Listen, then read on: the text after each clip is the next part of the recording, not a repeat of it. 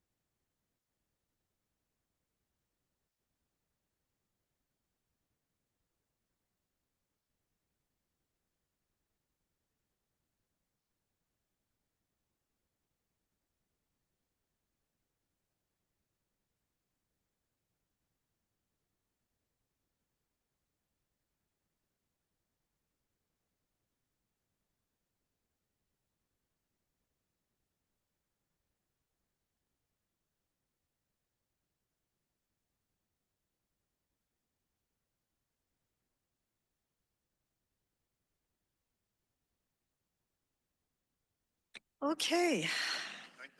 9:30.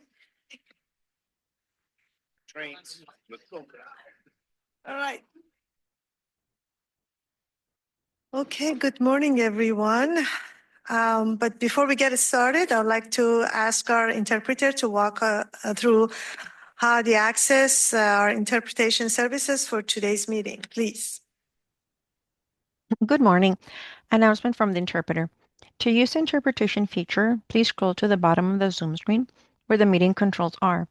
Click on the interpretation icon, World, and select English as your language. If you're joining through the Zoom mobile app, cell phone, tablet, etc., please press the ellipsis, then Interpretation, and then choose your language. Finally, click on Mute Original Audio to not hear the original Spanish logo in the background. Headsets are available for interpretation if you're in the meeting room. Please check out a headset from the receptionist in the lobby. Buenos días, aviso por parte del intérprete. Para hacer uso del servicio de interpretación, favor de desplazarse a la parte inferior de la pantalla de Zoom, donde aparecen los controles. Haga clic en el icono de interpretación, globo terráqueo, y seleccione Spanish Español.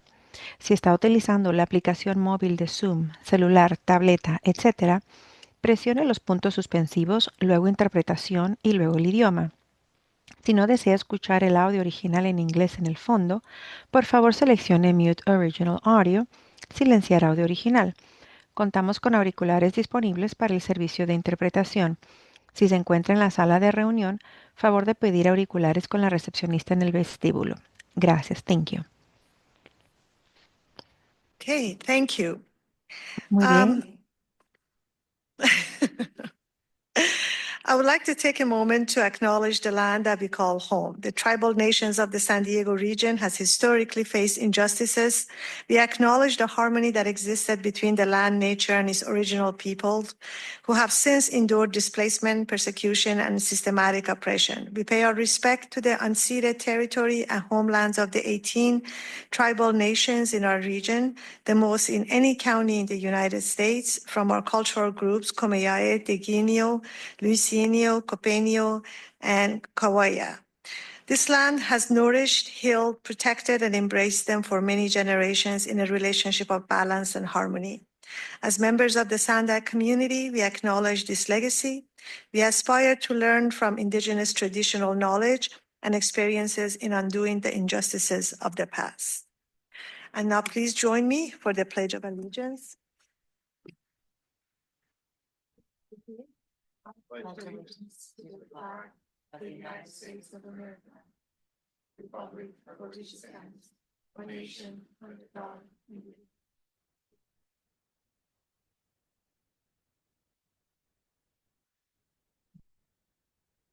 And now ask the clerk to confirm that we have a quorum with a roll call for attendance, please.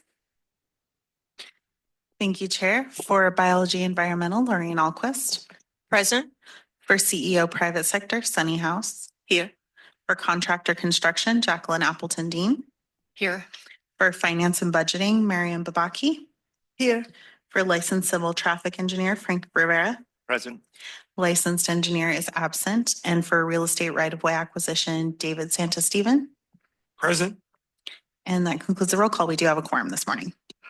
Thank you, Madam Clerk. Okay, so welcome to the June 11th Independent Taxpayer Oversight Committee meeting. I would like to thank the staff for their effort to put this meeting together. And I really take this opportunity every time. Putting a program like this, especially such a challenging program, is a lot of work. And staff does a lot of work behind the scene. And I really want to thank them for everything that they do and for all the work that they put into this. So thank you. And I also want to introduce our new member, Mr. David Santasteven, for right-of-way and real estate. Thank you so much for joining us. And David, would you like to say a few words? Your Green button. Okay. Okay. It's good. It is now. Now it is. Green means go? green means go. No, I'm in the land development, land brokerage business for over 40 years and selling everything, a lot of conservation land to subdivisions and everything in between, senior care facilities. And no, I appreciate being a member of the team. Thank you. Thank you so much. Your seat has been empty for a long time. We're so happy to have you. Okay. And right now, I want to also thanks to everyone that's on the phone and web for taking the time to join us today. I want to quickly talk about how this meeting will work.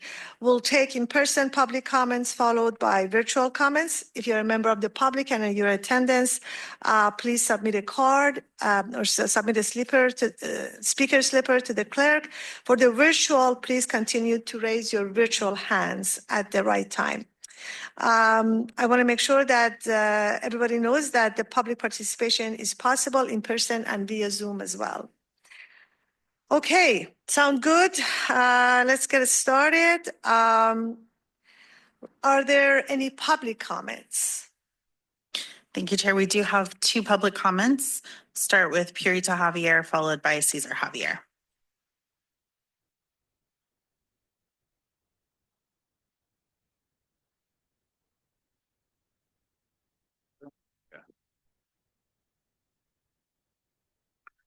Good morning. Yeah. COVID-19 information, public health information, research information, SARS-CoV-2 data, prevention and treatment information, and the last one, Espanol. Health hazard of ceramic artists. Then abstract.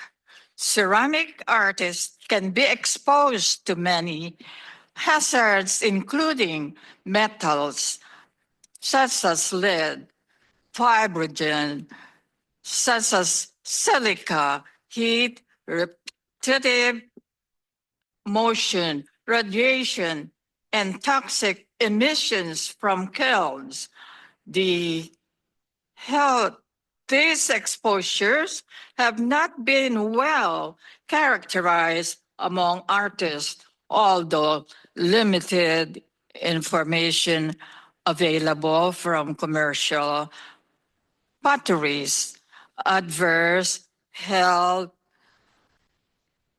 effects may be prevented by using the materials such as lead-free glazes, improve ventilation, and proper work practices. Precautions must be in place if children have access to the ceramics studio. The use of dishes can be a risk for lead toxicity. Food should not be stored in glazed ceramics, and women should avoid daily use of ceramic mugs for drinking hot you. Your time has expired. Our next speaker will be Cesar Javier. The existence of this hazardous industrial activity next door or in a residential zone designated community had impacted the residences. And my wife and I have been the subject of care by our respective doctors, Sharp and KP.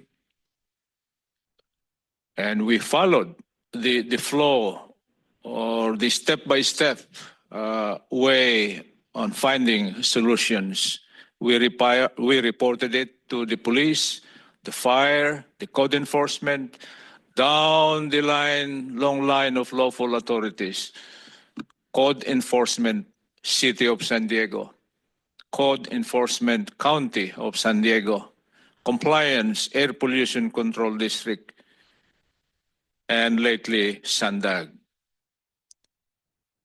This is a weakness in our governance because it was implemented for job, perhaps, but the location is not appropriate or suitable because of that health and safety concern. We fought it out, writing to the owner to please have it moved to a separate place, such as industrial zone or commercial zone. But it was misinterpreted as a kind of harassment.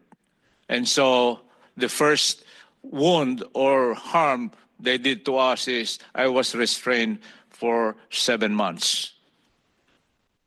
2 years after, I was again restrained, this time 3 years. Thank you very much. If Your time only has expired. That concludes the public comments. Thank you. Are there any public comments? No more?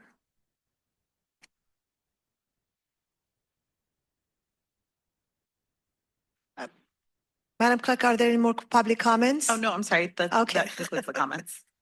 Okay. Are there any member comments? No member comments? Okay. Then at this time, I'd like to ask SANDAG's Chief Financial Officer, Ms. Dawn Batiste, to probably give us agency updates. All right, thank you. So since your last meeting, in fact, the day after your last meeting, we had Bike Anywhere Day here in the region, and it was very successful. So I just wanted to point out a couple of things. We had 11% higher participation than the prior year, and there were more than 10,000 pit stop visits, which is the most participation since COVID. So it was a really very successful Bike Anywhere Day this year. So I'm going to move into the more serious topics now on updating you on a few of the audits and reviews you might have been hearing about that the agency is undergoing. Last week, we had Federal Transit Administration representatives here as part of our regular cycle of triennial reviews. Staff is also supporting OIPA's assessment of the Finance Department right now, as well as the Local Agency Formation Commission, or LAFCO, review that is going on. And there is an ongoing audit of HNTB contracts by the Independent Performance Auditor. So there's been a lot of work for our teams, a lot going on. The sole source audit findings were brought to the board on May 30th. And so a couple of things that we really want to highlight from that audit was there's no evidence of fraud found or identified through that audit. And that, you know, we really do appreciate the recommendations. They're very similar to prior contract audit recommendations. And so many of the recommendations, progress was already being made and efforts were already underway to address those areas.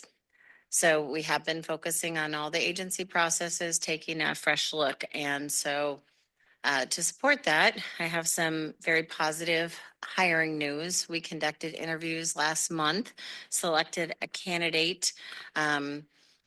The full process of the hiring process is not yet complete, but as soon as it is and we have an announcement and name to share with you, we will be doing that. But we're very excited to get that structure and the leadership to have that internal controls director in place. What position? It's an internal controls director that we've identified to, and they'll be working with, all the audit responses, all the corrective action plans across the agency. In all areas, including the TransNet triennial performance audit, monitoring, making sure the responses are hitting the mark. So, in terms of project updates, May was a very busy month, right? We released the draft of the 2025 regional plan. It's open for public comment through the 18th of July. The plan that's been released achieves a 19% emission reduction target.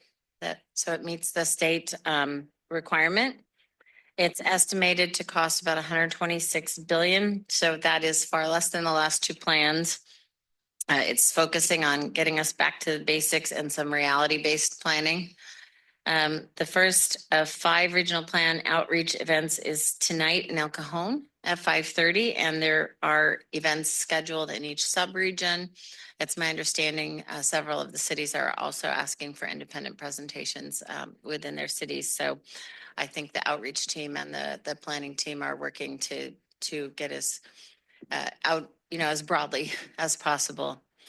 On the Lausanne rail realignment, the updated notice of preparation of the EIR was released last month. This comment period's open through June 30th. And obviously they're looking for any feedback about the potential options and environmental effects. We also just signed an MOU with High Speed Rail Authority so that we can keep working together to see if they can serve as our NEPA lead agency for the Lausanne realignment project. On the I-15 and SR-78 managed lanes connector and Woodland interchange, Caltrans has released the draft environmental impact report on that project, and that comment period is open till July 7th. Also, you may have heard the Elvira to Morena Lausanne alignment.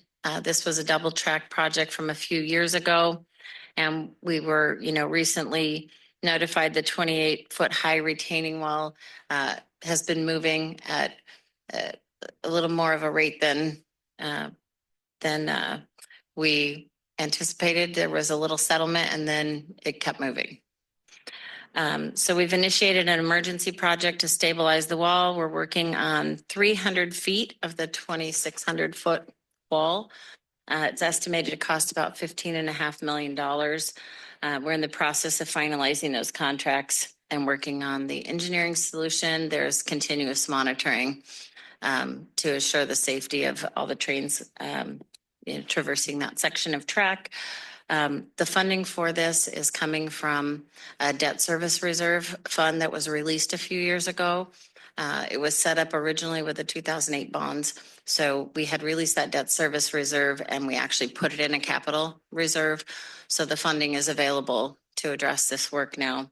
And we haven't had to move out any other projects or shuffle workload, which is, why we keep those reserves. So just wanted to also note that the SANDAG main office and our customer service centers will be closed Thursday, June 19th for Juneteenth, and also on Friday, July 4th for Independence Day. And that concludes my report. Thank you, Dawn. Any questions from Dawn? I just have a question about the wall. What section or what area is that in? I don't have the Okay. graphic exactly. So it was the Elvira to Morena double track section. So this is the section that created that bridge across Balboa Avenue and continued north. Okay, so it's further south. So it was north and south a little bit of that Balboa bridge. Okay, thank you. Thanks, Dawn. Moving on to consent agenda items, we have items number 2 and 3 that require action. If there's one that you would like to pull, let me know. Otherwise, we'll look for a motion to approve. I move to approve. Can I get it? I'll second it, Rivera. Okay, Sunny made the motion and Frank seconded. Roll call, please. Chair, we do have public comment on consent before we vote. Oh, okay. Cesar Javier.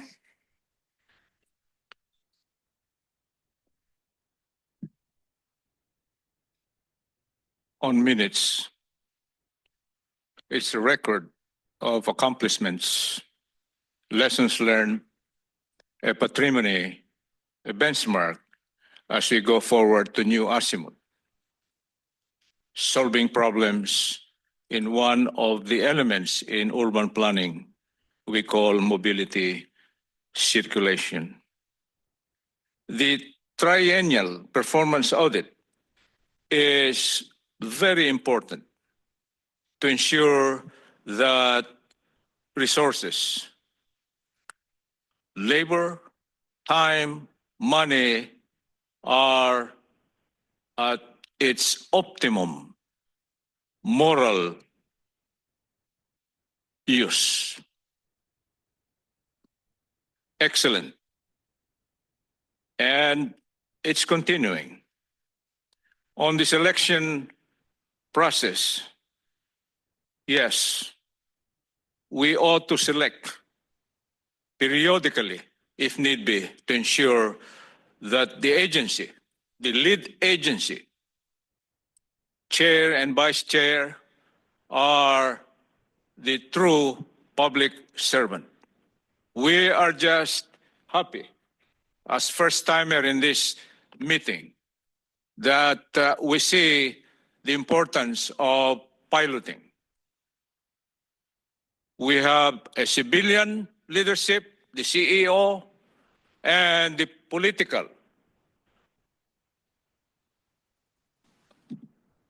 spouse, if I might say it, or partnership. And we believe that such leadership combination, there will be unity of command, meaning one who says, this is the way. Not otherwise. Thank you Only very much. one Your time has single expired. command. Thank you. Are there any member comments before we take the roll call? Okay. We have the motions and the second. So, Madam Clerk? Thank you. For biology environmental, Lorraine Alquist. Approve. For CEO private sector, Sunny House. Approved. For contractor construction, Jacqueline Appleton Dean. Approve. For finance budgeting, Chair Babaki. Yes. For licensed civil traffic engineer, Vice Chair Rivera. Yes. Licensed engineer is absent. And for real estate right-of-way acquisition, David Stantis Stephen. Approved. That motion passes unanimously with those members present. Thank you. Moving on to report items, item number 5, appointment of subcommittee members for fiscal year 2025, fiscal and compliance audit by Noel Takahashi and Marcus Pascual.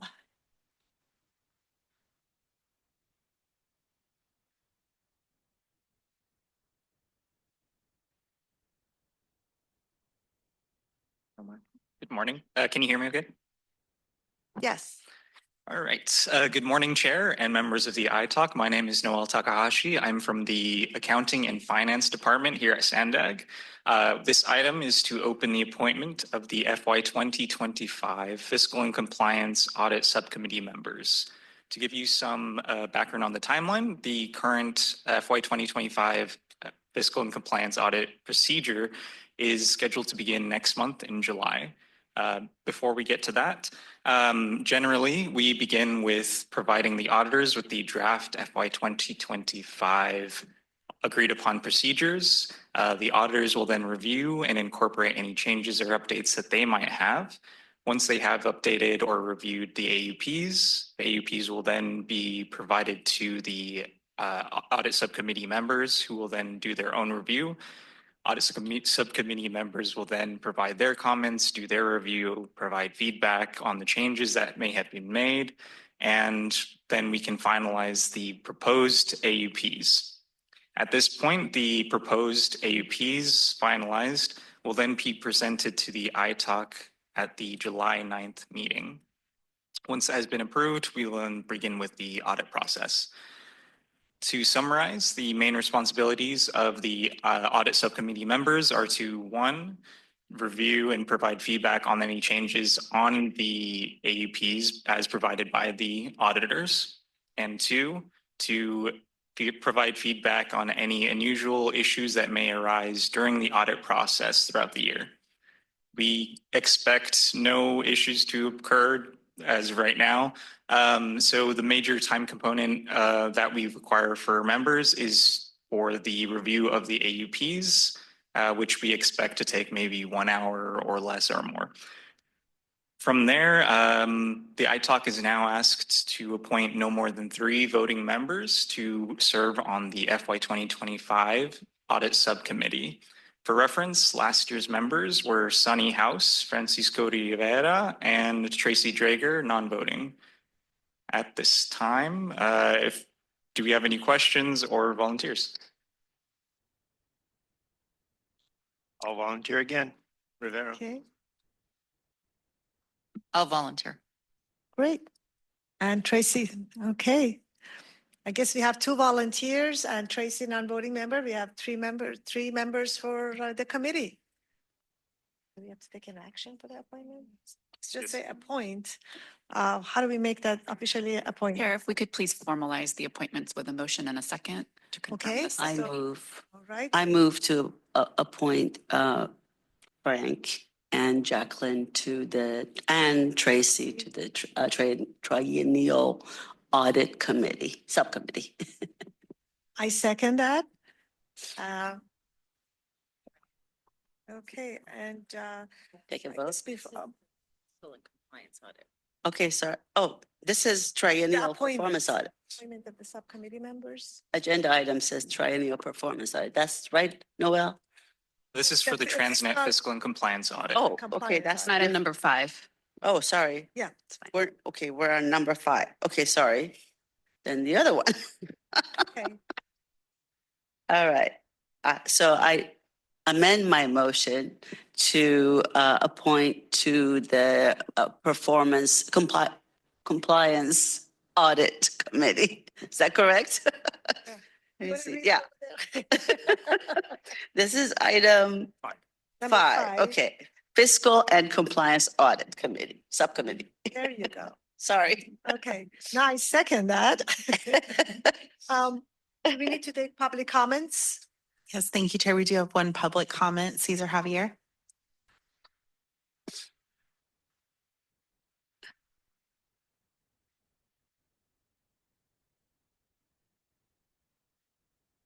Selection is a critical aspect in putting up that leadership to a particular enterprise like what the ITOC.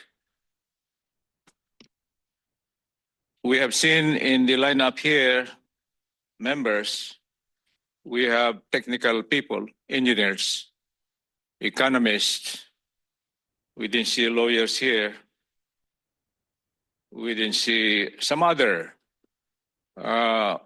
parts of the performing team, which are essential to ensure that every bit of resources are put into its optimum use.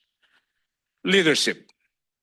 We have to consider the 5 dimensions in every human member. We have the physical, intellectual, the moral aspect, which is the weakness, the political virus in the political aspect of delivering public good. We have also the psychological level that we must have to possess, especially now that we have a crunch of this economic sphere. Less money nowadays, economic downturn, but it should not be the cost of not delivering that public good to its optimum. We need also those skills in solving problems, needing these 10 fingers, the logical thinking, the mathematical aspect, the music, the arts, natural, especially for these environment moguls, thinkers, kinesthesia. I hope no one will be absent every time we have the meeting. We should inhale the clean air and so on and so forth. But most Thank you. important, Your time has expired. the That concludes the ability- public comments. Okay. Any discussion on that item? We have a motion and a second. No question? Go ahead. Go ahead, Madam Clerk, please. For Biology Environmental, Lorraine Alquist. Approve. For CEO Private Sector, Sunny House. Approved. For Contractor Construction, Jacqueline Appleton Dean. Approve. For Finance and Budgeting, Chair Babaki. Yes. For Licensed Civil Traffic Engineer, Vice Chair Rivera. Approve. Licensed Engineer is absent. And for Real Estate Right-of-Way Acquisition, David Santos-Stephen. Approve. That motion passes unanimously with those members present. Thank you. Let's move on to item number 6, State of the Commute. It will be presented by Joaquin Ortega.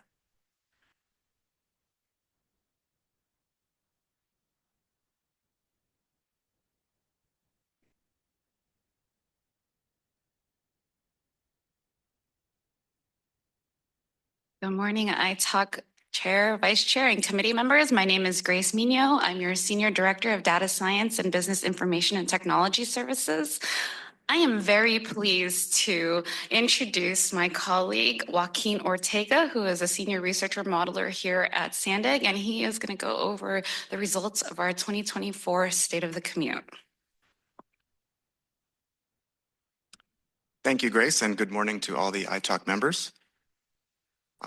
This morning for the 2024 State of the Commute, we're going to be going over some quick background of the State of the Commute, along with some performance indicators that we tend to look at within the State of the Commute, cover some new items that have been added as the State of the Commute has adapted over the years, and then we'll have a short demonstration of the online dashboard that is available now through the SANDAG Open Data Portal, and there's a link to it in the agenda item today. So very quickly, the State of the Commute is actually a mandate from the TransNet sales tax. And the State of the Commute is part of a broader data support system to support all SANDAG programs and projects. And those programs can be anything from as broad as the Regional Plan Sustainable Community Strategy to Comprehensive Multimodal Corridor Plans, or CMCPs, that you may be aware of. The performance measures within the State of the Commute have been developed with our colleagues at Caltrans, MTS, and NCTD, and we really would like to thank them and acknowledge them for all of the help that they have given us over the years. This is a truly regional product, and it takes a regional effort, so we're very much appreciative of that. So the State of the Commute started in 2005, and this is the 17th edition of the State of the Commute. Over the years, the State of the Commute has been presented in more of a static format within a SANDAG info bit or a static report that is published and distributed through SANDAG channels. This is now the third State of the Commute that has gone online to an online dashboard system, which we're very excited about and is evolving every year. We'll go over some of those changes in a little bit during the demonstration. But this is a very good example of how we're trying to make data a little bit more transparent and be more in line with the spirit of the SANDAG Data Plan of Excellence that was approved several years ago. Here's one example of how the State of the Commute and performance monitoring in general can support audit recommendations and audits in general. Out of the 40 recommendations in the 2018 TransNet triennial audit, 28 of them were performance monitoring related. And so many of the measures that we see can be leveraged in other ways to support any responses or actions recommended during an audit.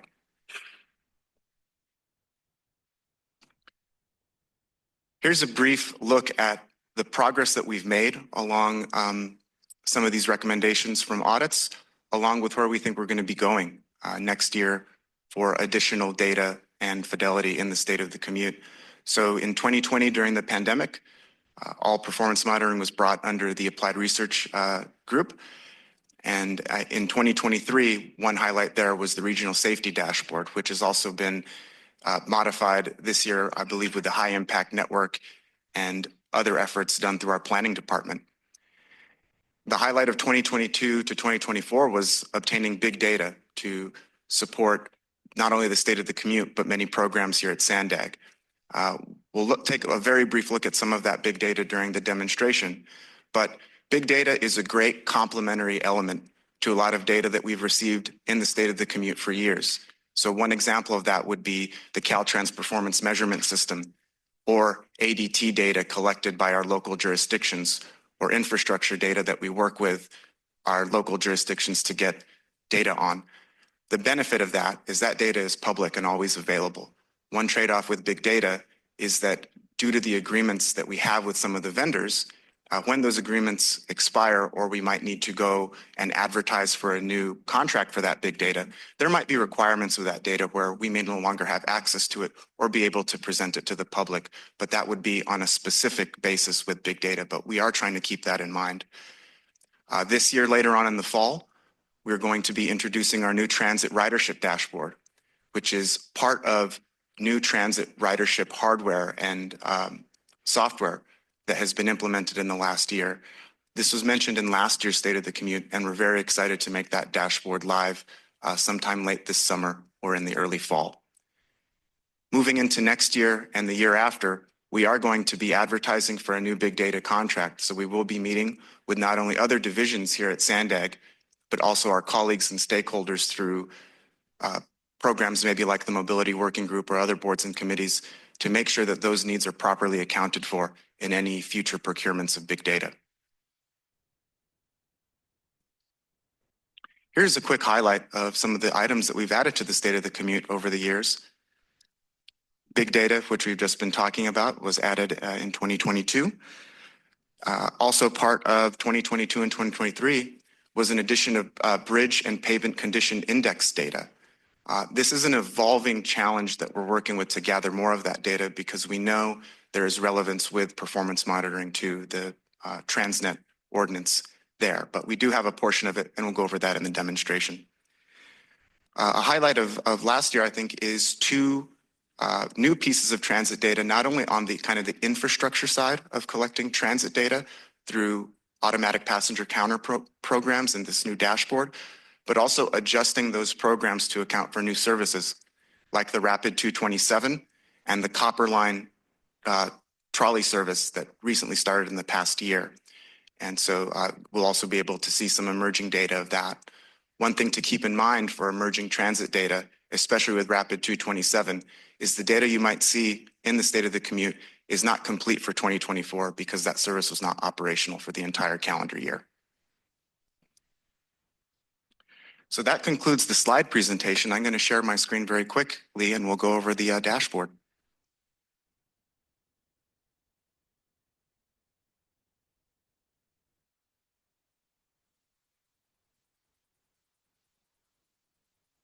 So here's how the State of the Commute website looks when you log on to it. Well, you don't have to log on. You just need to click on the link in your agenda. And here are some key findings. And these key findings are focused on highway performance, transit boardings, and safety. And these are some very broad metrics when it comes to peak period highway travel times in terms of total vehicle miles traveled during the peak period on an average weekday. Average corridor travel times in major corridors that's averaged out kind of comprehensively. So while we understand that some corridors might have suffered in terms of performance and travel time from 2022 to 2024, other corridors have gotten better. And I think the overall message, if you're at a summer barbecue, is that we're about 97 or 95% the way back to pre-COVID levels of travel. So an average weekday on the region's freeway and highway system along with regional transit boardings, are right about 95% of what we are observing in the 2018 to 2019 level. As we proceed down the dashboard, there's a quick regional economic landscape that goes over population, employment, and gross regional product. And I think one real strength of having the state of the commute on an online dashboard is that the 2024 data for gross regional product wasn't ready at the time of publication. But as that data becomes available later on this calendar year, we can go back and update the application, as opposed to maybe several years ago when the state of the commute would have been at a physical printer and there would have been no way to maybe update it. Getting into more detail on highway travel, you can take a look at any of these breakout maps to take a look at things like corridor level travel time. And by clicking on it, you may be able to see some not only performance measures from the previous year and changes from the year, but also a very coarse example of what the comparable transit travel time is. Now, that's a very coarse estimate because these represent not really door-to-door travel times, but the travel time that you would experience on the freeway or highway. So think of it as when you're entering and exiting the highway. We understand that those times can vary quite a bit on the access or egress leg of your trip. The highlighted example here is Oceanside to downtown San Diego. Well, depending on where you're beginning your journey in Oceanside and where you're ending your journey in downtown San Diego, we understand that that travel time could fluctuate a little bit, but we're limited to the data that we can receive from the Caltrans performance measurement system, which is on the main line of the freeway. So we're looking into other ways to augment that. And you might, if you look at the performance measures in the upcoming draft regional plan and sustainable community strategy, there are some corridor level travel times that we're able to disaggregate from our regional transportation model. That data is a little bit different. This data is more focused on empirical highway operations. And finally, as we head down into kind of traffic safety, we're noting that incidents of injury and fatal collisions continue to go down from highs that we observed in 2022. And that, again, I think is one of the additions that we've made to the state of the commute over the years, is one can actually navigate to the top and find additional years, and that those pieces of additional data can be added to the same application as we receive them. One thing to note about the traffic safety data that's important is that data for 2023 and 2024 should be considered provisional. And that's because some incidents can have investigations or other delays that would affect maybe their final classification in these statistics. There's also a breakdown of transit ridership and transit boardings, not only by total year, but by measures such as revenue miles, top ridership by transit routes. And again, one can use the controls here in the corner to look at different years. And so just like above where we have the known traffic congestion locations on the highway system, we can look at the kind of the top 10 transit performance routes. And so one thing that we might consider, maybe not for future state of the commutes, but maybe is kind of where is the class of 2015 in terms of how maybe those locations are performing or how those routes are performing. So that, again, it's a real strength of the digital dashboard. We have some summaries on rail ridership, including the new Copper Line trolley, along with a specific focus on our rapid services. There's also information on specialized transportation. The active transportation section is in two main sections. One is focusing on the existence of these facilities within our region. Currently, this data is not reflective of the number of bike facilities by funding program, such as the TransNet Early Action Program, TransNet grants, or other jurisdictional-led infrastructure projects. This is a very broad level of that. And this is actually a very good example of our Geographic Information System staff, or GIS staff, using machine learning to evaluate aerial photographs to identify these, coordinate with local jurisdictions, and make sure we have the most accurate picture of bicycle facilities by facility type. We go into some biking trends. Overall, where we have continuous counters on bicycle facilities, overall bike use based on these counters is not above that bike boom that we saw during the pandemic. But on certain facilities, like 30th Street, we do see actually more use in 2024 than we did see in 2020. The local road section is an example of big data. So the estimated annual average daily traffic that you see here is from our big data, and it is presented in ranges. And finally, when we get into infrastructure conditions, this is part of the Caltrans Traffic Asset Management Program, or TAMP, and this is reflective of that system that is administered by Caltrans. And here's a really good opportunity for us to update the state of the commute in the future to include some local pavement condition data, so we can maybe report directly to maybe some of those transit investments. So that concludes the very brief demonstration that we had of the State of the Commute dashboard, and we'll be ready for any questions or comments from the ITALK members. Thank you. Thank you, Joaquin. Excellent report. Thank you very much. Are there any public comments? Thank you, Chair. We do have one public comment. Cesar Javier. Bear with us. We have a stake on this. We represent 74 community residents, a very small representation, but, you know, we have to bring in our frontline experience along with this mobility circulation task. Thank you, SANDAG. We are learning. We have completed 9 reports, and we are after the lessons learned. Number 2, we have to look back. And this is impacted by the sphere of population increase. And it should go along with that flow.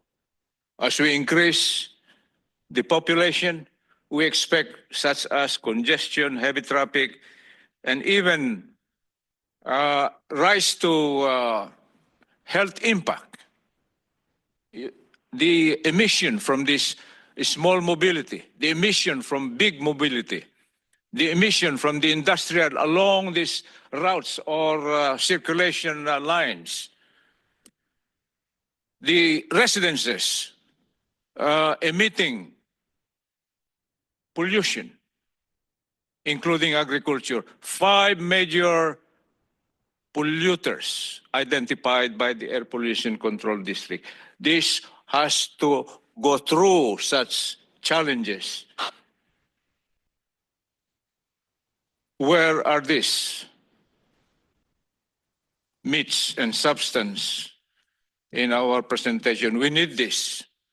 We need to understand this so we know how our resources from the taxpayer's point of view are optimized for our urban development, which is centered primarily. Thank you very much. Your time has expired.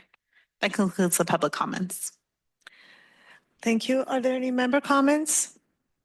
I've got member comments. Frank will go first and then Jacqueline. All right, thank you. No, Joaquin, thank you very much for the report. The digital dashboard is great. I do have some of the old printed hard copies, and yeah, once it's printed, that's it, doesn't change. And so the digital dashboard and the ability for it to be updated on the fly is very welcome. I do like the fact that the website is very user-friendly. Myself, I am finding that I use transit more and more, especially when I make my visits to downtown for the SANDAG meetings, attorney meetings, and even the Santa Fe train station. The transit is a lot more convenient for me. And the Prano app really, I think, made the big difference for me, that it's easy to use. So thank you for your report. Jacqueline, is that it? Okay. Jacqueline, please. Yes, I had 2 questions. Thank you for the report. It was really great. And I did take a pretty quick look at it last night, and it was easy to use. My question is, one of my questions is, we had the link provided to us, but where is the link on for the public? Is it on your front page? That link will be provided through the stories section of the SANDAG Open Data Portal. So the SANDAG Open Data Portal is available through the main SANDAG website, and we'll be looking to add kind of a more conspicuous link on the front page of that Okay. Open Data Portal. It's also on, it's linked in the report on the, in the agenda, on the iTalk agenda. No, I Yeah. realize. I'm just wondering for the general public, okay. how would they get to this great information? Oh yeah, just through the SANDAG's open data portal. Okay, so I'll try to do that after the meeting. Excellent. Yes, and we're going to be adding that story, I think, after the meeting there. So Okay, in order to access I'll it wait today. a little while. I just, I'm concerned about the public being able to access it. And then the other question was more specific on the bike usage. I wonder if there's, since there's been great strides in San Diego building a lot of bike ways, do we have some kind of a breakdown between if people are using it more for work, commuting type activities or pleasure? I just wonder if there's that statistic. I know it's probably a hard one to pull out, but. Yeah, it's a bit of a challenge to pull from what we would call the coarse empirical data, but there's other ways to maybe look at that in terms of our household travel surveys and other survey methods where we could maybe take a look at that. And so it is a very challenging metric to find that difference. And the same thing would go with the performance measurement on the highways. So, if I'm out on a cruise on the weekend, I might still be hitting those counters and being counted as a vehicle on the road. And so, but it's something that we can follow up and provide more information in the future on. Yeah, because we don't have, we use like our peak periods. We're just assuming all those folks are commuting to work. Maybe not, but that's what we kind of assume, correct? So I don't know if we had that same type of thing for bikes. Anyways, it might not be in the state of commute. So anyways, but thanks for the answer. You're welcome. Oh, go ahead.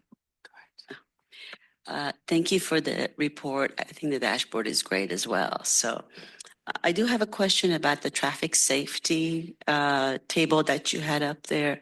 Maybe if you want to go to it. Yes. Could production maybe help me with that?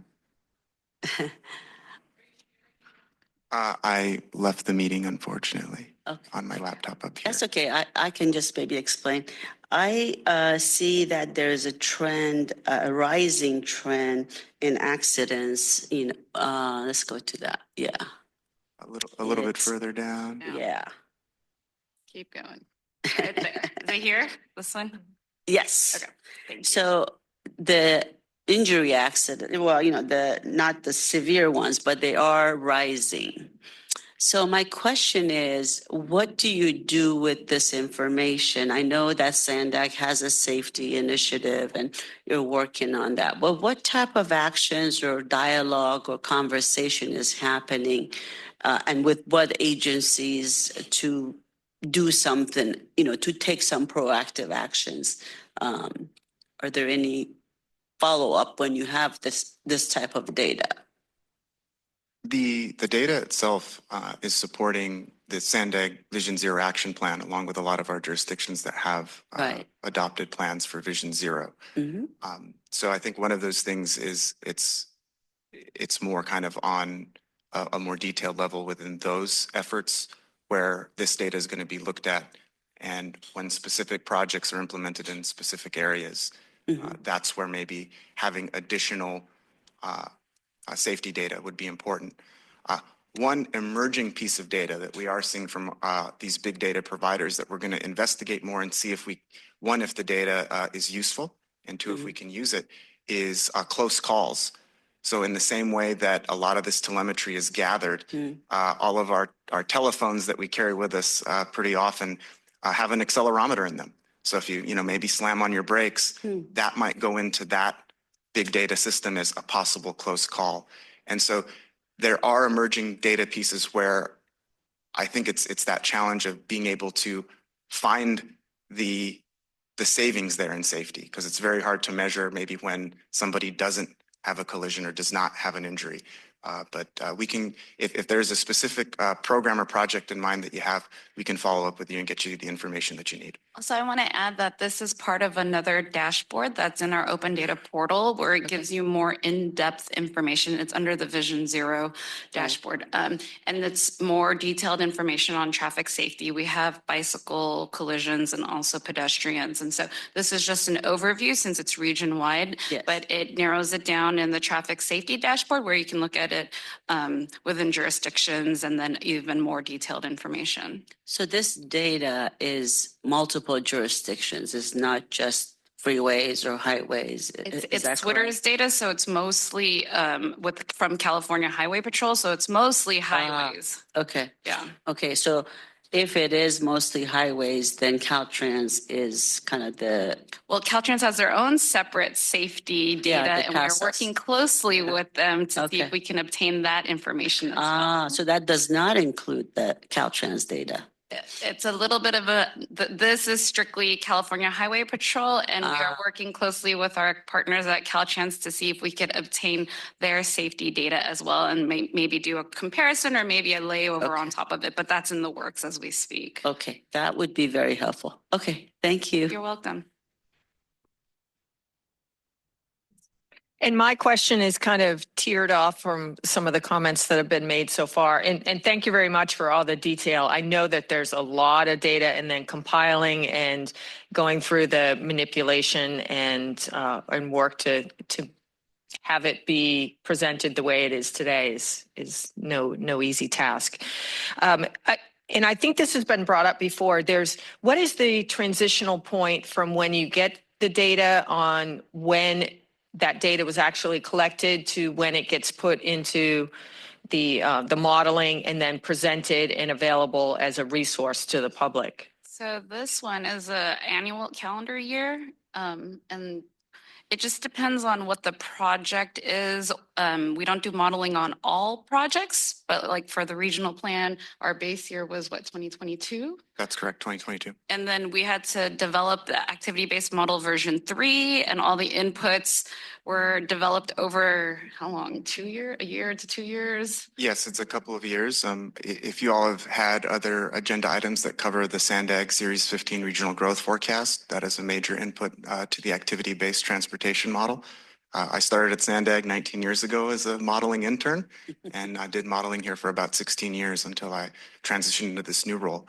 I think the big difference between the transportation model and performance monitoring is performance monitoring really focuses on that empirical data.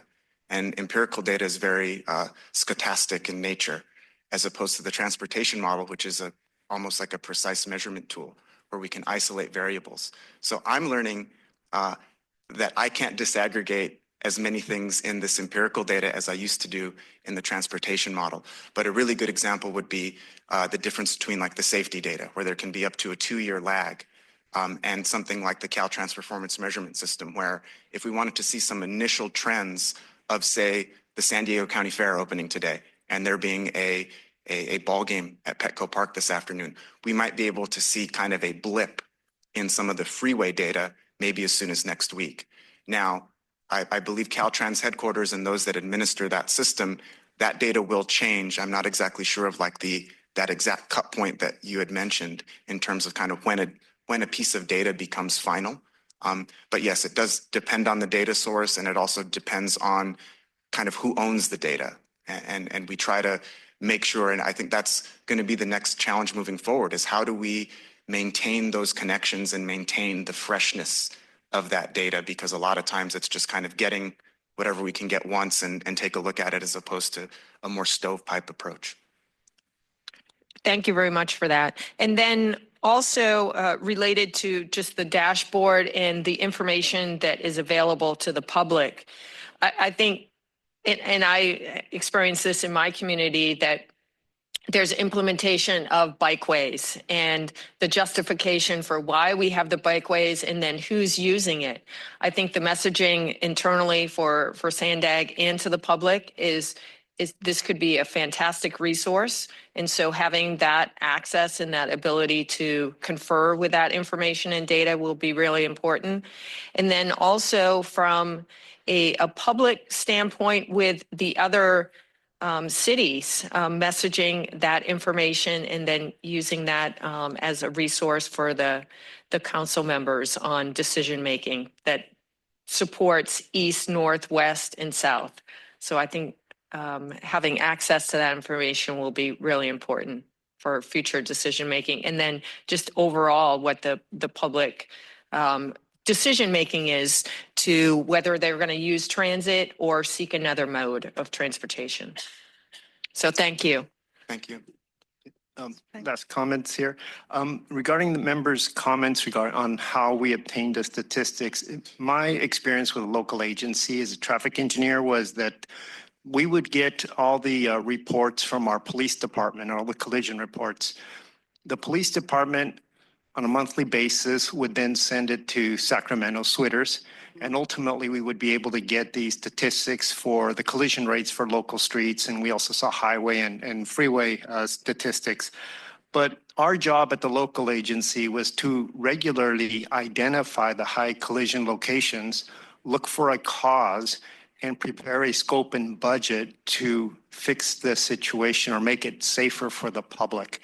And with regards to fatalities, they take months to complete the reports because there has to be toxicology reports, review of the vehicles to determine if there's a mechanical failure, other factors and other experts that need to look at that. And of course, then the injuries, all that has to be taken into account. So that's why there's a lag of quite some time before you get the statistics. Fortunately, the local agencies all use a standardized CHP collision form, so it's very easy to enter the data. But then to solve these situations or to make the areas safer, then we do look for grants such as a Highway Safety Improvement Program or other local funds, because a local agency may need something that's very expensive to help improve a particular location with a high collision location. So with all of that, yes, the local agencies do participate. They all look at their statistics and their collision rates because it also helps determine the appropriate speed limits to set at locations. Thank you. Thank you. Okay. No other comments, questions? If no more, then thank you again. That was very, very interesting. A lot of thought-provoking questions, and good luck with your work. It's very, very interesting and valuable. Thanks. Thank you. Okay, move on to item number 7, TransNet Environmental Mitigation Program Land Management Grant Program Project Amendment by Benjamin Gambler.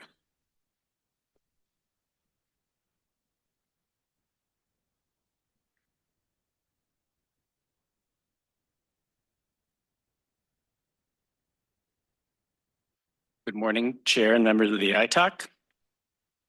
Today I'm bringing to you a project amendment request from our TransNet EMP Land Management Grant Program to you for recommendation.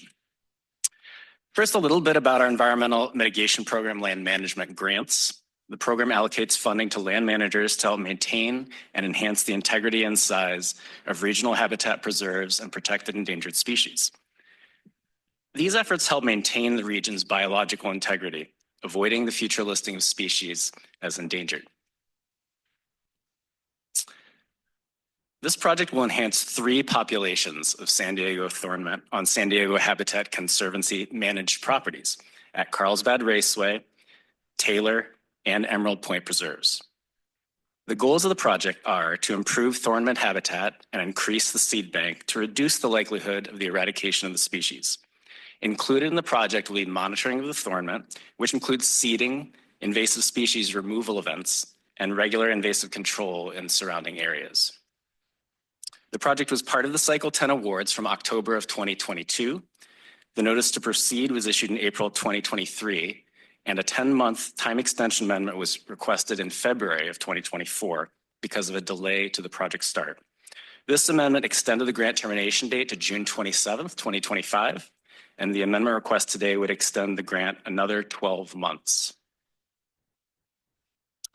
Now, the project was awarded nearly $80,000, and to date, the grantee has expended 55% of its funds, with 45% remaining. The San Diego Habitat Conservancy has made a grant amendment request to have a 12-month time extension granted for their San Diego Thornment Enhancement Project. If the Transportation Committee approves granting this extension, the grant will be completed by June 27th, 2026. Project delays resulting in this amendment request were due to less than average rainfall last winter, which prevented suitable conditions for the grantee to seed thornment and perform effective weeding of invasive species. It can be difficult for plants to get plants to establish successfully in dry years. So by providing an extension, the grantee will have an opportunity to improve the habitat and increase the thornment seed bank this coming winter. Providing this extension will improve their ability to enhance the local thornment population, much as they were able to do in the initial year of the project. The TransNet Independent Taxpayer Oversight Committee is asked to recommend that the Transportation Committee approve a 12-month time extension for the San Diego Habitat Conservancy's Thornment Enhancement Project. That concludes my presentation, and Vince Rivas, our project manager, who I believe is joining remotely, and I will be happy to answer any questions that you may have. Thank you. Thank you. Madam Clerk, are there any public comments? Thank you, Chair. We do have one public comment, Cesar Javier. Thank you, SANDAG, for this encouraging experience. We have been engaged with many agencies, primarily the city of San Diego, county, air pollution control district, and of course, SANDAG, our discovery. And we are here to share with you our learning from these entities. And number one is survivability of man. His shelter, our society, which will be the product protecting these two elements, and SANDAG's mandate, authority, and power to ensure that there is a suitable mobility and circulation. And along with that, where we stand, where we live, we call our mother shell. 5 fingers, elements to consider always. First thing that we would like to inform you, air pollution control district must be represented in this board or commission or council. Anyone from air pollution expertise? Land. Anyone on land management, agriculture, water, soap water, salt water? The expertise. We need it because that is the foundation of circulation and mobility.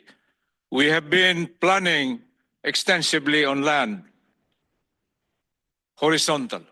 We haven't tapped the mighty Pacific Ocean, the mighty underneath, vertical, and the mighty expansion outward. Thank you. Your time has expired. That concludes the public commenters. Are there any member comments? Ms. Lauren. In regards to the extension, can you provide a little bit more detail as to what is going to take place for that 12-month extension? I think I might defer to Vince Rivas if he's available online. He's the project manager for that. I can give some general outlines, just saying that there will be, like I said, additional seed banking and seeding of the thornment in this following winter, and there'll also be invasive species control there. And I think I see Vince out in the field. Hi, Vince. Hi, everyone. Can you hear me? Okay.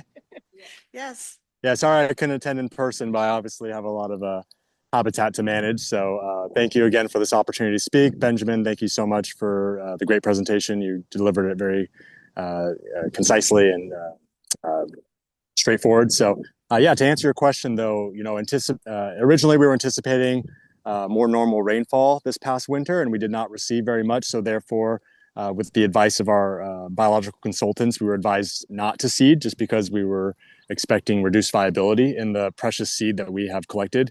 And as Benjamin mentioned, there was not very much of a need for the weed control efforts. But that being said, regardless of the rainfall that we get this year, we will anticipate to do artificial rainfall if necessary so that we can continue to add to this the seed bank that is on each of the 3 sites that Benjamin presented there. So yeah, it's just essentially a repeat of what we did the first year. So seeding on each of the 3 sites and then utilizing the grant funds to employ contractors for focused weed removal around those populations. Thank you very much, and appreciate you taking the time while you're in the field to address my question. No, of course, it's been very insightful hearing you guys speak, and happy to be part of this effort. Again, the funding we have is very limited as a nonprofit, and SANDAG's grant award has greatly helped us to keep these populations alive. And again, the ecosystem functions that they serve are really vital. So we're happy to be part of SANDAG's E&P efforts. So thank you. Thank you. Love your office. Yeah, you're welcome to come by anytime. Looks amazing. Thank you so much for joining us. Of course, anytime. I have a question. Oh yeah, one more question. What? Okay. So you touched briefly on it, but really, what is atthornment and why is it important? I think if I were a member of the public and I see $2.4 billion of SANDAG monies going there, I would love to know what the benefit is and why should we preserve it. So on behalf of the public, I'm asking, and I'm an engineer, so I have no idea what atthorment is. No, it's a wonderful question. It's a fair question, right? Like, why are we investing so much money in this small little plant? As most of us know, biodiversity is real, or as most of us should know, San Diego County is one of the most biodiverse regions in the country, and especially in our urbanized areas. We're losing out on a lot of the biodiversity that we have, and the San Diego thornment has been categorized as a highly threatened species, by the California Rare Plant Ranking Society. And, as part of the intricate food web that all of our plants participate in, there are certain pollinator and insect species that rely on this particular plant that they've evolved, over thousands of generations to feed on this one plant. And so although it might just seem like a benign little annual plant that it's okay if it disappears, it really serves a crucial function for the food web. And so, we have very limited populations, so it's crucial that we maintain it because the ecosystem functions that it provides could be lost. And again, what are those ecosystem functions? Pollinator resources, erosion control in certain areas. It's facilitation of other soil microbes that are really pertinent to the health of the ecosystem that we have in San Diego. So, it's great to say it's just a little aesthetic flower, but, there are a lot of values that can't be monetized, when you talk about these individuals. Wonderful. Thank you so much for that explanation. I think that was great to know. Thank you. Sure, I can expand on that a little bit. I'm Keith Greer. I'm your Deputy Director in charge of all of our environmental compliance programs here at SANDAG. And that's a very great explanation of an endangered species. And I'll give you the practical example of why it's so important for SANDAG. As we're developing our regional transportation projects, we frequently hit areas of endangered species. The thornman is one of those endangered species. The more species that we can get from being listed as endangered, and the more species we can actually manage so that there are populations outside of our transportation corridors, the easier and cheaper it is for us to build our transportation projects. So the whole program that the EMP was designed on was to buy land early and to help maintain that land and manage for endangered species, so we don't have to do endangered species listing and all the consultation that's required for it in the future. Thank you. Great explanation. Thank you. I think we have 2 more questions. David, you have a question. Yeah, what month of the year do you need to determine to pull the trigger on seeding? Usually early fall. So kind of come September, we're always watching the rain forecast. And, temperature and precipitation are the 2 crucial environmental factors that we're looking at. Come September, we'll determine whether or not we're going to rely on natural rainfall or pursue artificial watering. Okay, thank you. Jacqueline, you had a question? Yeah, so just in a quick nutshell, the repercussions of not providing this extension are? In a nutshell, I assume we would be losing out on the funds that we don't use. We have our regular endowment funds that we use for the preserves, but that goes towards all the other invasive management and trespass prevention that we're doing. So these funds are solely focused on the enhancement of these populations on these preserves. So it's a unique opportunity to focus on this ancillary yet crucial task that we hope to pursue as a conservation organization. Just Thank to you. just add to what Vince said, those unexpended funds would have to be returned, and that grant end date is the 27th of June. So that's one of the repercussions of not granting this extension. So, and from the SANDAG side, as you just said, loss of, turned off my mic, loss of something that's out there right now, is that an issue? So if we don't have funds to our land managers, those areas become unmanaged. It's like a pothole in a street. You have a pothole, if you can take care of it early on, you can fill it. If it comes to the point that the pothole gets so large and you're having problems, it costs a lot more money down the line. This is about fixing those potholes. In this case, it's about providing management for thornments. So those thornments can continue to thrive and we don't have to have major efforts in the future to maintain the population. And I do want to add, as a program manager, I want to make sure that my grantees are able to meet their deliverables and their performance measures. And so being able to extend that time for them to do the work they're doing will allow them to be more adequately able to meet those. Frank, one more question.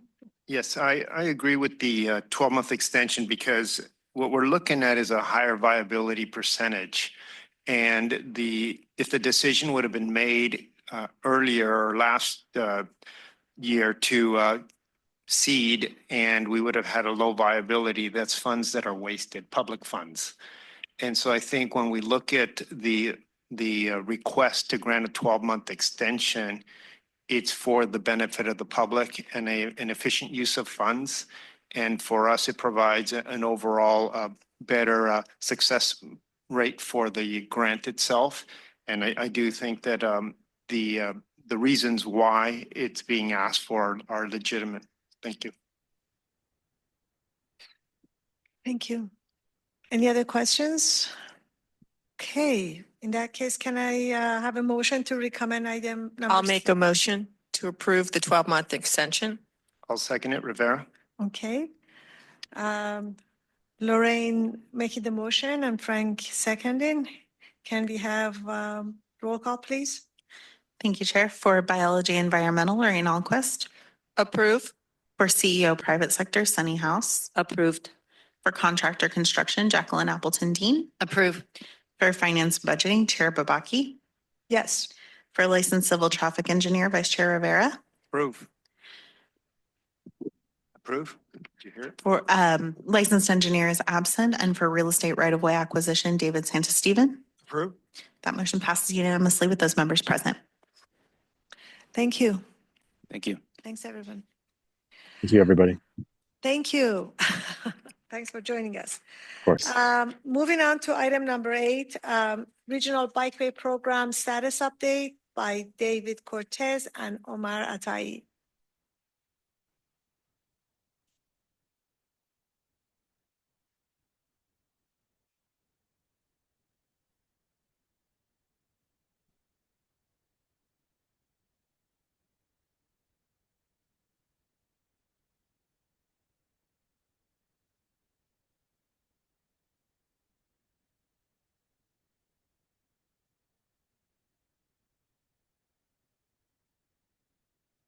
Morning, everyone. How's everybody this morning? Great. Great. So my name is David Cortez. I'm the Director of Engineering and Construction here at SANDAG, and with me is Omar Ataye. He's a principal in charge of my microphone. Yes. In charge of the bikeway program. Today we're going to present a presentation on our regional bikeway program and the status update on how it's going. And so here we go. We'll cover, the history of our active transportation program. It's been, years in the making, right? And sometimes people forget how it started. So we'll go over a little bit of that. Our Omar is going to present the current status, where we're at, what we're doing, and we'll talk a little bit about the future of the active transportation program. So back in 2010, 2011, the board made a major commitment to active transportation when it adopted the 2050 Regional Transportation Plan and the Riding to 2050 San Diego Regional Bike Plan, which calls for more transportation options and a balanced regional transportation system that supports smart growth and more sustainable region. At that time, the board directed staff to begin work on an early action program for bike projects for the active transportation program. And by 2013, the board of directors approved $200 million in TransNet funding to implement 77 miles of high priority bikeways from the approximately 180 miles identified in the Regional Bike Early Action Program. So how is the EAP bike program funded? Under provisions of the voter-approved TransNet extension ordinance, funds generated must be allocated for each TransNet program area using a specific percentage or amount as shown in this chart. Most of the TransNet funding that funds the bike EAP program comes from the 2% shown on the bicycle, pedestrian, and neighborhood safety programs called TransNet BPNS. For fiscal year 26, that 2% represented $8.4 million in revenue for the TransNet BPNS. Of note, before the EAP program was approved, from 2005 to 2012, that 2% was allocated through a competitive grant program that we provided. When the EAP was established, that annual grant amount was reduced to about $1 million per year. And the last call that SANDAG had for this grant program was in 2018. This map shows our regional bikeway network. It's a little confusing, but basically the solid lines represent the early action program projects, well, representing, you know, if it's been completed, if it's in planning stage, or if it's in construction, depending on the color you see. The EAP is designed to be a network of high-quality bikeways comprised of new facilities designed to increase transportation options for people to make connection to transit, school, employment, shopping, recreational centers, and other everyday destinations. Since 2013, when the board approved the bike EAP program, SANDAG has delivered 13 projects that have been open to the public. 7 are currently in construction and 7 are in the final design phase. This means that roughly 55 out of the 77 miles of the high priority bikeways identified in the Regional Bike Early Action Program are either done, in construction, or near construction. So now I'll hand it over to Omar to talk a little bit about where we're at. Thank you. To build on what David was mentioning, here's 27 miles of including 13 projects that were recently completed as part of the EAP. There's not a full list of 13 here, but some of them are combined. But it's a sprinkling of projects throughout the region, and these are all part of the original board approved action. And then to further build on that, we have 18 miles that are in construction. So this map represents some of the projects that I just outlined, and those on the maps, the projects that are in orange are the completed projects. The projects that are in construction are in orange, and those are the projects that are listed to the left, the 7 projects that are in orange. The projects in yellow are projects that are coming through in design, and then blue is our planned projects for the future. What I'd like to highlight here is the connectivity. Obviously, a transportation network is only effective if it's connected and it provides, the connections to those destination points that David had mentioned. These are before and after projects of a couple projects that are in construction. So the first one is Bayshore Bikeway, Barrio Logan, Phase 1. So on the left, you see Harbor Drive. This is looking northbound in front of Naval Base San Diego. Harbor Drive is a pretty high speed. When there's no traffic, it could be up to 50 miles an hour. In the existing condition in the before photo, you can see that you're riding in a painted bike lane, not really conducive to riding bikes. Most people wouldn't feel comfortable riding there. After our construction, you can see on the right, we modified the lane configuration and provided space for a two-way bike path and with vertical separation. So now, it creates a much more conducive environment for riding a bike. You have that nice safe barrier, and really it's a better place to ride. Moving to the next photos is Border to Bayshore. And so on the bottom left, you'll see a picture of Bayer Boulevard, and that's near the Bayer Transit Station in the San Ysidro area. So on the left-hand side, you can see an over-widened roadway without really any demarcated areas for the bike lanes. And on the right side, you can see how we repurposed that area and provided a vertical separation, that median there that kind of provides protection for the bikeways. And then there's a two-way bike path or cycle track to allow for bike movements for people to safely move through that area. And again, this provides connections to a transit station. There's a school nearby, neighborhoods nearby, so it's a great facility.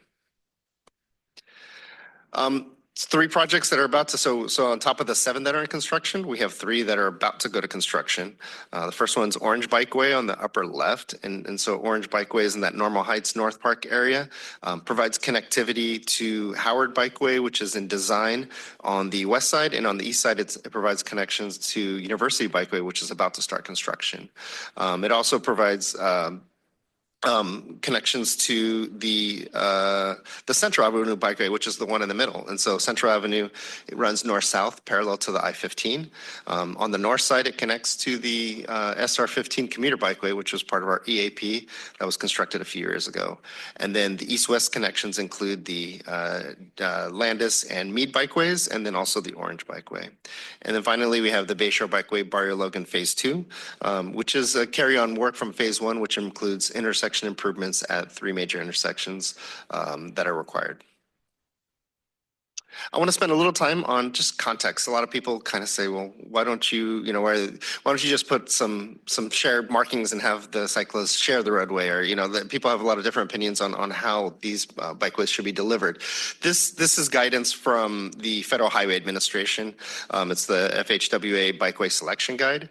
And I want to explain the graph to the right. So really on the bottom left, what you see is the bottom side is the speeds, and the left axis or the y-axis is the volumes or the number of vehicles per day. And the classification of the roadway really is important to the type of bikeway facility that we choose.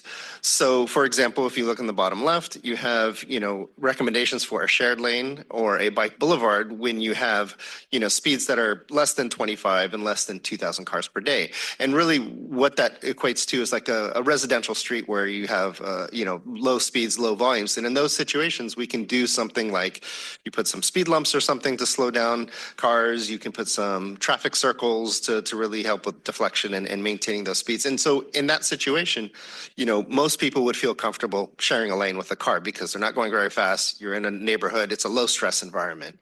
But as the speeds pick up and moving on to the next section, as you start to get up to that 25, 30 mile an hour speeds and you're getting 5,000 or 6,000 cars per day, that no longer is a good option. And really we move to a bike lane, which is a lane that's adjacent to the travel lane. Preferably, we'd like it to be buffered. But we found that in this range, this is where people feel comfortable riding because, again, the speeds aren't terribly high. The volumes aren't really bad or high, so now people feel comfortable riding that. But what I want to point out is once you get to a certain speed, over 30 miles an hour and more than 7,000 cars per day, those two options aren't really options that people feel comfortable using. So in a situation where we have those higher speeds and higher volumes, now we're looking to have a separated path, which is completely separated from the roadway, or we put some protection like on the Barrio Logan where you have a protected bikeway. And so people, feel comfortable riding in those elements. So again, the way the roadway is used kind of helps dictate what tools we have to create a facility that people feel safe and comfortable using. And this is a case study to kind of illustrate and to build on that. So this is the Coastal Rail Trail, Rose Creek. This is part of the Mid-Coast supplements of projects. This is looking south, just south of the 52. And on the left-hand side, you'll see the Mid-Coast Corridor and the Los Angeles Corridor, Santa Fe Street's in the middle, and then you see I-5 on the right. We took bike counts in 2017, and what we found is the bikeway wasn't constructed at that point, so Santa Fe Street had 135 northbound cyclists and 159 southbound cyclists.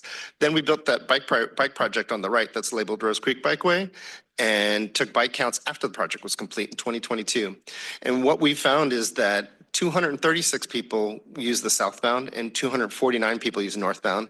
And then in Santa Fe Street, only 13 people use the southbound and 15 people use the northbound. And so what we saw was a 75% increase, which is fantastic. And then the other thing that to kind of tie back to the previous slide is that only 6% of the people continue to use Santa Fe Street. So when done properly, you build a bike path, you see that 95% of the people feel more comfortable using the bike path. And that's really consistent with what we've seen across the nation where there's a group of maybe 5% or so of the biking population that feel comfortable riding in a roadway, and whereas the majority of people would like that separated, protected bike path where they feel safe and comfortable. So it's kind of nice to see that consistency. And then pivoting to our finances real quick here, we've been able to leverage 1.4 to 1. So for every TransNet dollar we've spent, we've been able to get either federal, state, or local leveraging funds. So on the left here, you see that about of the entire $527 million of the program, 30% we've leveraged with federal funding, 17% with state, and 12% with local funding. Finally, I pass this last slide off to David. Thank you, Omar. And I'm going to go off a script here a little bit, and it often gets me in trouble. But I just want to build it a little bit. And we often focus on bikes and bike lanes and what we're doing for bikes, but this is a complete street program, right? We often put traffic calming measures in neighborhoods to reduce the speeds of cars, make the neighborhood safer. We often, pedestrians are considered as well. We often do major upgrades to intersections for ADA compliance, for pedestrians safe crossing the street. So this is more than just a bike program, and we're very proud of what we've delivered so far. So what about the future? So the reality is that we're close to reaching our $200 million threshold that was approved by the board back in 2013, and we still have not completed our early action plan mandate. We have projects that are in some cases fully designed but underfunded for construction. We also have about 19 of the 77 miles in ERP that are in the planning phase. The projects are maybe not funded for design or construction. Not to mention the over 100 additional miles identified as Tier 2 in the early action program, right? We have a set of Tier 1 projects and we have a set of Tier 2 that wasn't considered originally. The question becomes, how do we strategically deliver these projects? Do we finish the design and shelf the project and wait for those funding opportunities? Do we partner with our local municipalities in the form of grants to construct the projects like we did from 2005 to 2012? For the projects that are in the planning phase, how do we apply our lessons learned to maximize the available funding to deliver the program? How do we prioritize the remaining projects? And how do we reimagine the program to deliver the board's 2010 vision of sustainable communities, more transportation options, and safe streets as it evolves in the regional plan, as it's stated in the regional plan? Those are the conversations that we're about to take on as a SANDAG, and with the board and with Mario's direction, we'll try to set the course for the bike program. Thank you. That concludes our presentation. Thank you, David. Thank you, Omar. Are there any public comments at this time? We do have one public comment, Cesar Javier. Thank you, SANDAG. Thank you, sir. Thank you for this experiment. There's nothing permanent here. This is an experiment. So don't worry, sir, for that vision for biking. My legs are built by biking, I tell you, from home to school. And I'm very glad that this concept of transportation is still existing. Bicycle. Now we have monocle, one wheel. My point here is, how safe is the man with this kind of mobility? How will he navigate beside an emitting poison gas transportation? Do you think it is worth? Come to think of it. If the time spent in biking compared to walking, whatever, it is the toxic gas that he will be encountering in the mobility of humans. Perhaps the first step there is, wait a minute, slow down. Let's find out first how to ensure that the bikers is safe as far as the air he breathes. We are cultured by mobility with fuel gasoline. That was the beginning of our industrialization. From east to west, we had the railway, just to give way for what we call now modernity. Now another challenge, some countries now are very advanced. They sold. Thank you. Your time has expired. That concludes the public comments. Are there any member comments? Jacqueline, please. Hi, thank you so much. It was a great presentation. So quickly, I understand you don't have money to complete the whole 77 miles, let's say. But so what I'm reading, 27 has been constructed. And then 19, I'm rounding, obviously, is under construction. So those are funded, correct? Yes. And then the miles in design, are those completely funded or not? Or is that where the line is that we're talking about? Yeah, the projects in design are funded through design, but they may not have construction funding. They won't go to construction until they're fully funded. Okay, so all of those 10 miles are currently unfunded In for some, construction. right, and in some cases partially funded, right? So Okay. we got a grant and we're looking for to complete that. We know that we're underfunded just because of. Right. I just wondered. I was just kind of looking for that line. Right. So thank you. And then the next question is more on education. San Diego isn't unique. A lot of places are putting in bike lanes, but I always get concerned. I'm a pedestrian, so I'm the lowest person on the totem pole when I'm out there, right? Which is fine. I look out for myself. But is there an education element with these funds? Is that just put on the cities to kind of? There's a lot of different paint out there and different markings. Encinitas is getting real creative. So I just wondered how you think that's going and if there's funding set aside for that. I'll be honest, I believe so, but I don't know the details. We're the implementers, right?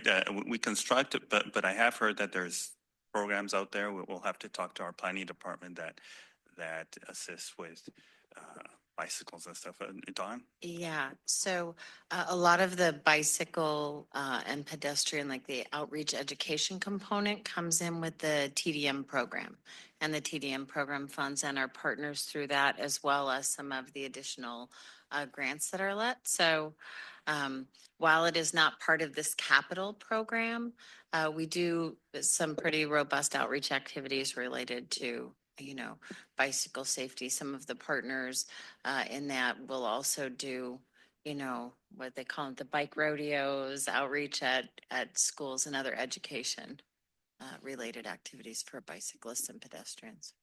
And also some of the advocacy groups like the San Diego Bike Coalition has really ramped up their educational programs. They go out to all the neighborhoods, especially when we saw a large rise in the bike ridership. So there's also the advocates will go out there, not part of our program, obviously. Okay, thanks. I appreciate that. And the last question is, what about the e-bikes and how are they factoring in? Yeah, the e-bikes are an interesting conversation. I think a lot of it has to do with education. We certainly want people to use the facilities safely.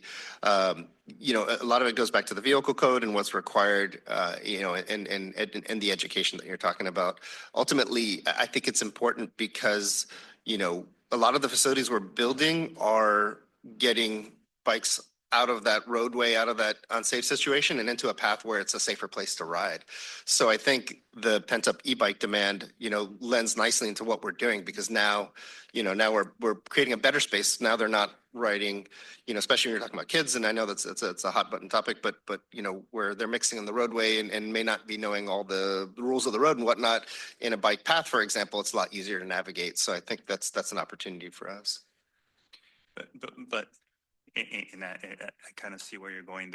There should, the education part is the rules of the road for that bike facility, right? Because I know I ride it with my 7-year-old daughter and my 13-year-old son, and you know, you try to navigate to the right so people on the left that are going faster can pass. So I see where you're going, but we design the facility to you know, to invite the all users of all abilities to our facilities.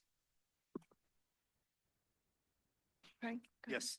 I'd like to make a comment regarding, I guess, when we look at the region's needs for bicycling and pedestrian infrastructure, I think what needs to happen is part of the process is that all the local agencies will update from time to time their bicycle master plan, and now it's known as an active transportation plan, which also includes the pedestrians' needs.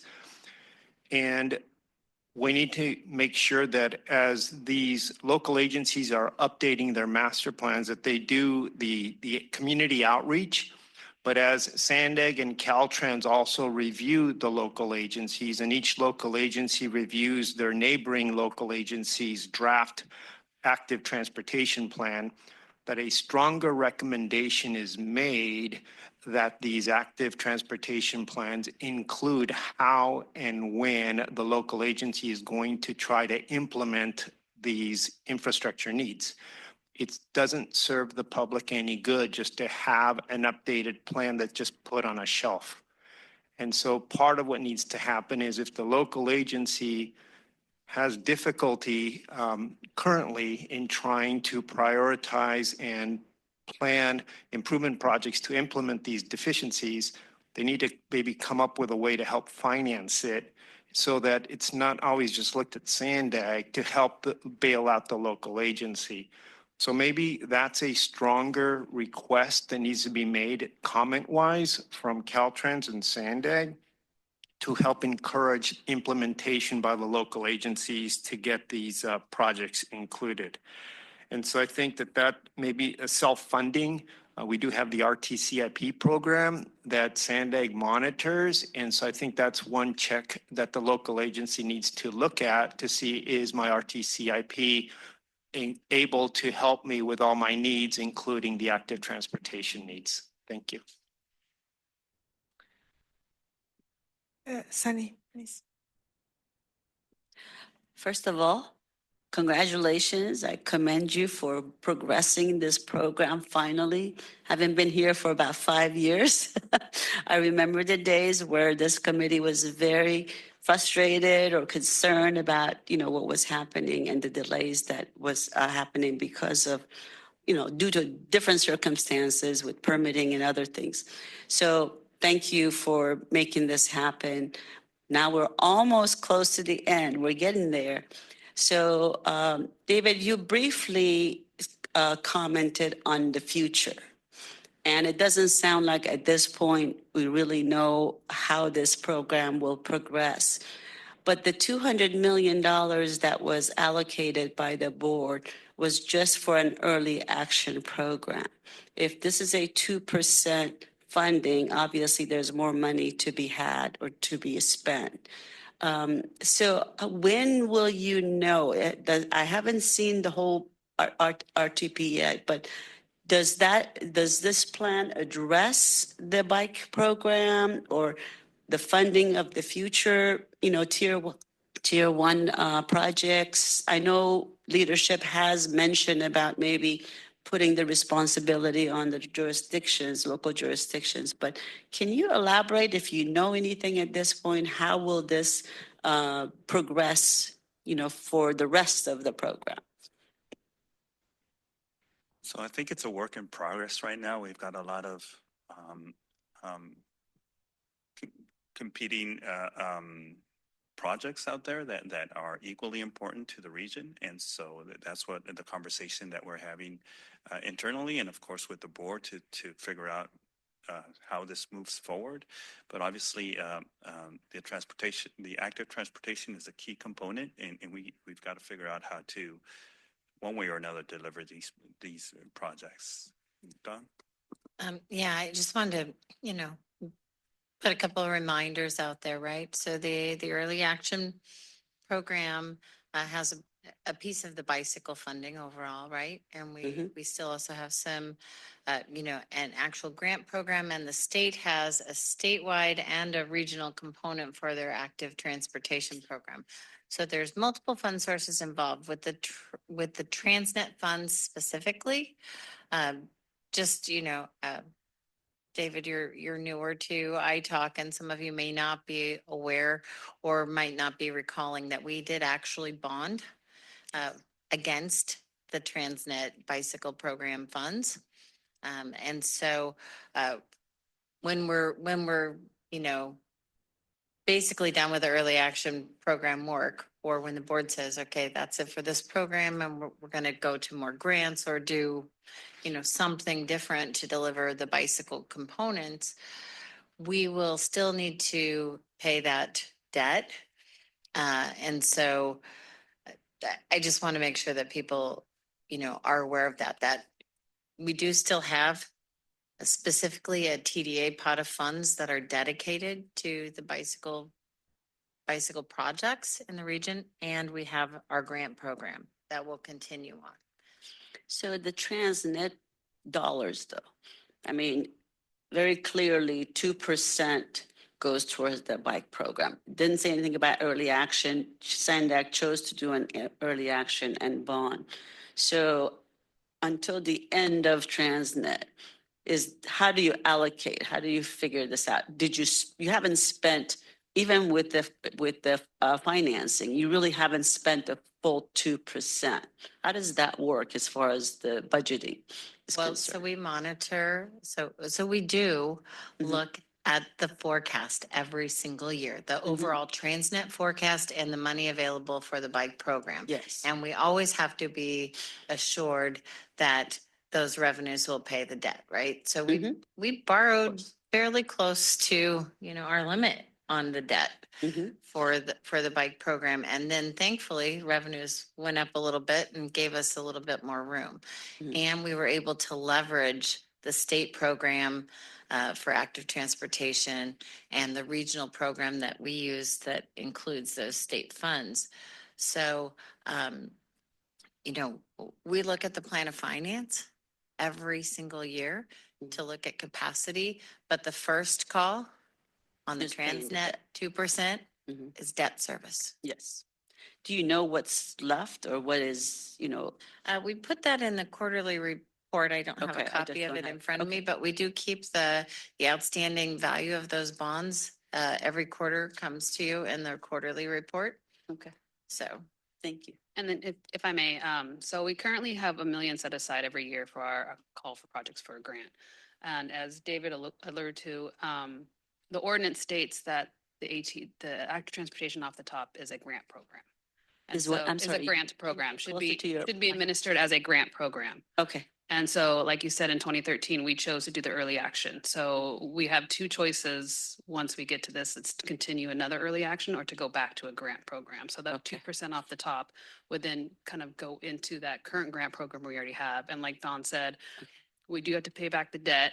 That is scheduled all the way up to 2048. And as you know, 2% is not a whole lot. So it doesn't leave a whole lot for the bike program. I see. So a lot of that 2% that's coming off the top is going straight to debt. So the money left for projects is minimal. We are monitoring that to see when we may be able to possibly have enough to do a good grant program call. But like David said, that is something we'll be bringing to the board probably towards the end of the year, have that discussion, and then see where we go from there. Okay, thanks. That helps. Thank you. You know, conversation about the bikes and bike program cannot be complete without talking about the bike city of the world, Amsterdam. I was there last October. It's just amazing. Every street has its own bike lane, and you see droves of bikers that are just traveling. And we took the first day we got there, we had a guided tour, and the first thing our tour guide told us, don't get in front of the bikes. They are more dangerous than the cars. They feel they have the right of way, and they will exercise it. And he was not joking, and he really meant it, that this is a city where bikers, they feel like this is their city, and they bike, and they are on their bikes, and they go everywhere. And that's, it's not always a hospitable weather, but people are on their bikes, and they get everywhere with bikes. So, and I just like makes me think that, you know, it probably the success of any bike program is a combination of funding and culture. That city has reached a critical mass of bikers where that's the bikers, the people bike, they go everywhere with their bikes, they travel everywhere, they do everything. And it does take some combination of the local participation and really an education. Well, I do not get in front of a bike. Well, maybe someday here we will get that critical mass where we will be able to deliver on that. But anyway, thank you so much. That was very enlightening, very, very interesting. Thank you. So that concludes all the report items on the agenda. We're going to go into adjournment. Our next iTalk meeting is scheduled for Wednesday, July 9th, 9:30. See you all then. Thanks, everyone.